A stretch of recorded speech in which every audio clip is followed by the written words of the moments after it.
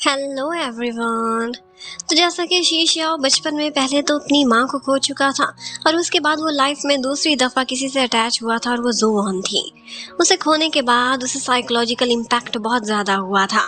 उसे एक psychic disease भी हो गई थी जिसकी वजह से वो कॉन्टिन्यूसली अपने साइकेट्रिस्ट से भी मिलता था और अभी भी ऑनलाइन उससे सेशंस ले रहा था। उसे अक्सर नींद ही नहीं आती थी बिना स्लीपिंग पिल्स के, लेकिन फिर भी आज वो बैठता है और जुवॉन से अपनी मुलाकात को नोट डाउन करता है एक डायरी में। वो यही लिख रहा था कि सपनों में तो उससे रीयूनियन में कई दफा कर चुका हूँ, लेकिन अब रियलिटी में भी हो चुका। और फिर इसी के साथ ही हमें दिखाते हैं कि जुवॉन आजकल एक प्लानिंग कर रही थी।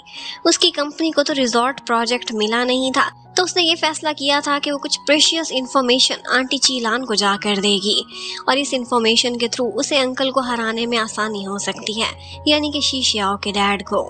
जुवॉन बहुत कैपेबल थी और इन सारी इंफॉर्मेशंस के बदले उसकी एक ही शर्त थी और वो ये थी कि इस रिजॉर्ट के फेज 2 प्रोजेक्ट में उसको भी साथ रखा जाए। आंटी चीलान भी बहुत स्मार्ट थी। वो उससे कहने लगती हैं कि मुझे ये सारा कुछ पता है, मैं तुम्हें रखना तो चाहती हूँ, लेकिन शीशियाओ ही इस प्रोजेक्ट का इंचार्ज होने वाला है, उसने ही बिड विन करी है, तो अब इस बारे में फैसला भी वही करेगा। उधर शीशियाओ को भी इंफॉर्मेशन मिली थी कि जुवॉन आंटी से मिलने के लिए आई है। वो बेसब्री से इंतजार कर रहा था और आंटी से मिलकर पूछता है कि वो क्या चाहती है, क्या मेरे बारे में बात कर रही थी, लेकिन फिर निराश हो जाता है जब उसे पता चलता है कि वो तो सिर्फ इस प्रोजेक्ट का हिस्सा बनना चाहती है। आंटी कहती हैं अगर तुम यस करो तो ले लेते हैं, नो करो तो नहीं लेंगे। वेल अब तो शीशियाओ को उससे बदला लेने का और भी मन कर रहा था। वो फैसला करता है कि उसे साथ ही रखा जाएगा। उधर हमें गुमंग को दिखाते हैं। वो एक इंटरव्यूअर थी बाय प्रोफेशन और आजकल उसे इंटरव्यू लेने के लिए एक क्रिज्मेटिक पर्सनैलिटी का इंतजार था ताकि वो लोग अपने राइवल को टक्कर दे सकें। और अब यहीं पर उसे फैन की कॉल आती है। अपने फोन से वो काट देती है तो वो कंपनी के नंबर पर कॉल कर रहा था। वो उससे चिल्ला कर बात करती है, लेकिन पता चलता है कि काम की बात है। और फिर उसके बाद हमें ये भी मालूम पड़ जाता है कि एक्चुअली शीशियाओ का आर्टिस्ट वाला नेम एल है और एल नेम के पर्सन ने आज तक किसी को भी इंटरव्यू नहीं दिया और ये इंटरव्यू वो गुमंग को देना चाहता है। पर उसकी एक शर्त है और वो शर्त यह है कि इंटरव्यू के समय वहाँ पर जुवॉन मौजूद होगी। गुमंग कहती है कि मैं इंटरव्यू लेना तो चाहती हूँ, लेकिन अगर तुम ना करोगी तो मैं रिजेक्ट कर दूंगी। अगर तुम नहीं आना चाहती तो मुझे बता दो। लेकिन मन उसका बहुत कर रहा था कि वो शीशियाओ का इंटरव्यू ले। और फिर नेक्स्ट डे पहले तो शीशियाओ का एक फोटो शूट होता है।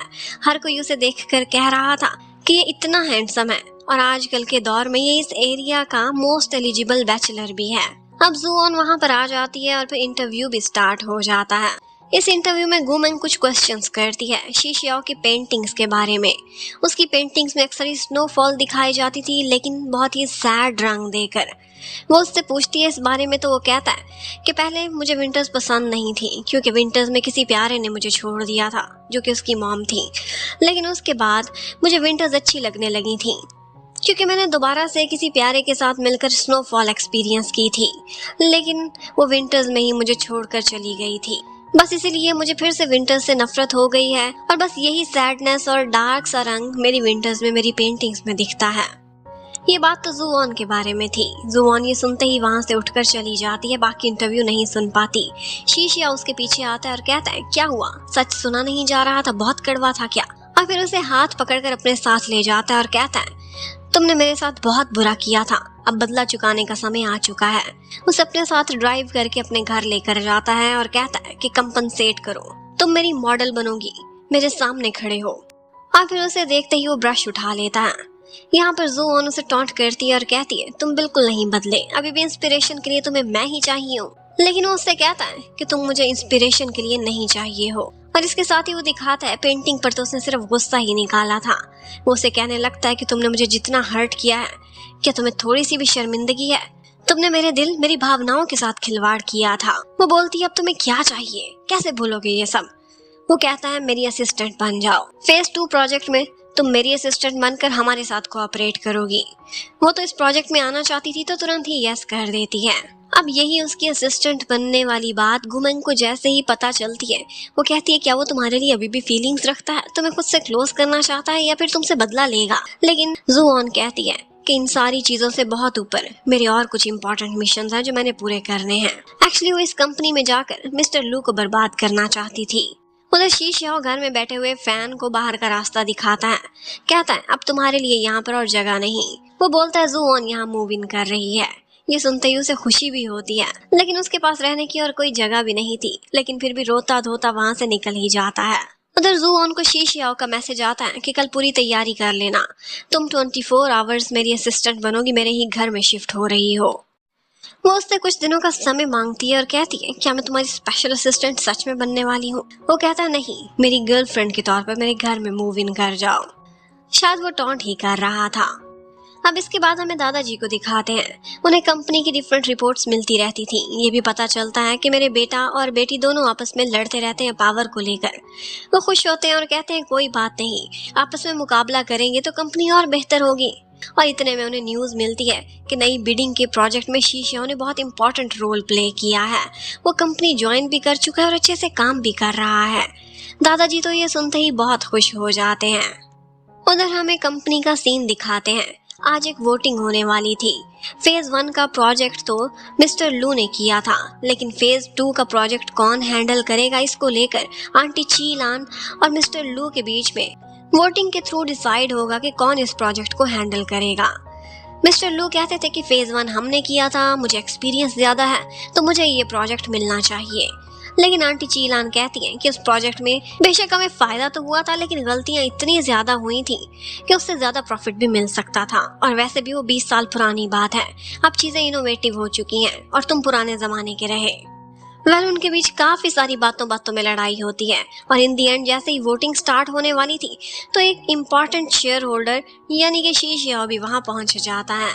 और वोटिंग करने से पहले वो सबको ये मैसेज भी दे देता है दबे दबे अल्फाज में कि उसकी थॉट्स भी बिल्कुल आंटी चीलान के जैसी ही हैं। वो इनोवेटिव स्टाइल रखता है।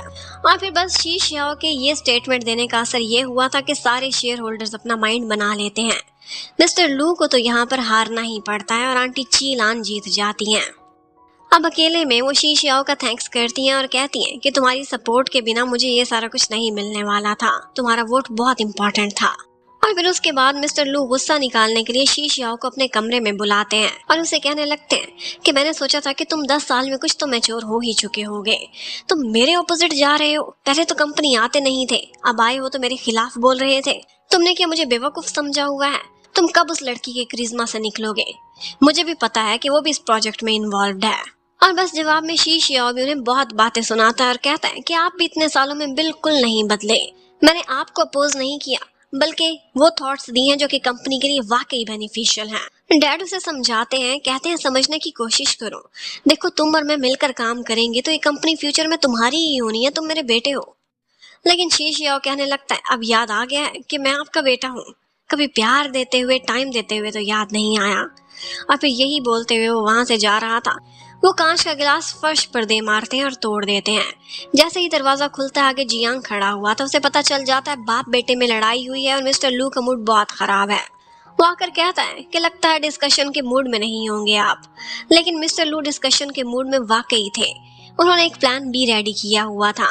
उन्होंने इसी काम के लिए जियांग को हेडक्वार्टर्स में लॉन्च किया था और उसे एक ऐसी पोजीशन दिलाई हुई थी कि वो रिजॉर्ट के फेज 2 प्रोजेक्ट पर नजर रख सकता था और उसमें लिए जाने वाले इंपॉर्टेंट डिसीजंस को इन्फ्लुएंस भी कर सकता था।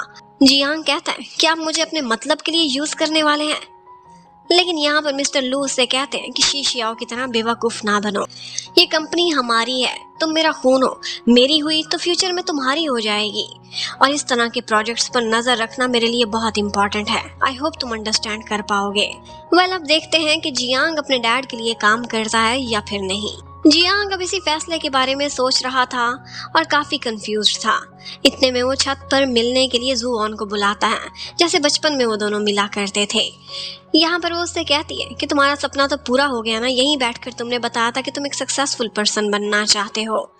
वो कहता है हाँ पूरा तो हो गया कहीं ना कहीं, तुमने भी बोला था कि तुम एक काइंड पर्सन बनना चाहती हो, क्या बन पाई? वो कहती है जितना सिंपल सुनने में लगता है ये उतना ही कंफ्यूजिंग है। और फिर जैसे ही जियांग को पता चलता है कि रिजॉर्ट के फेज 2 प्रोजेक्ट को ज्वाइन करने वाली है, वो शॉक्ड रह जाता है। पूछता है क्या ये शी शियाओ की वजह से है? लेकिन ज़ुओन कहती है नहीं, कुछ और इम्पोर्टेंट गोल्स हैं जो मैंने पूरे करने हैं।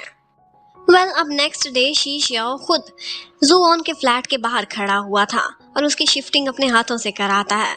यहाँ पर गुमेंग थी। जुवॉन अपना घर गुमेंग को देकर जा रही थी और कहती है इसका ख्याल रखना, लेकिन जाते जाते शी शियाओ कहता है गुमेंग अपने पति का भी ख्याल रखना। मेरे घर से निकाला और पता नहीं उसके पास रहने की जगह होगी भी कि नहीं। अब उनके जाने के बाद गुमेंग सोच रही थी इतनी मेहनत करता था, अब दर बदर फिर रहा है, अच्छा ही हुआ इसके साथ। अब जैसे ही वो शी शियाओ के घर पहुंचती है तो वो तंज करते हुए उसे अपना घर दिखाने लगता है। वो बोलती है मुझे सब याद है, ये बताओ मैंने किस कमरे में ठहरना है। शी शियाओ कहता है मेरे ही बेडरूम में। और बस इसी के साथ ये पार्ट खत्म होता है। नेक्स्ट क्या होगा ये देखने के लिए stay connected. Thank you for watching. Bye bye.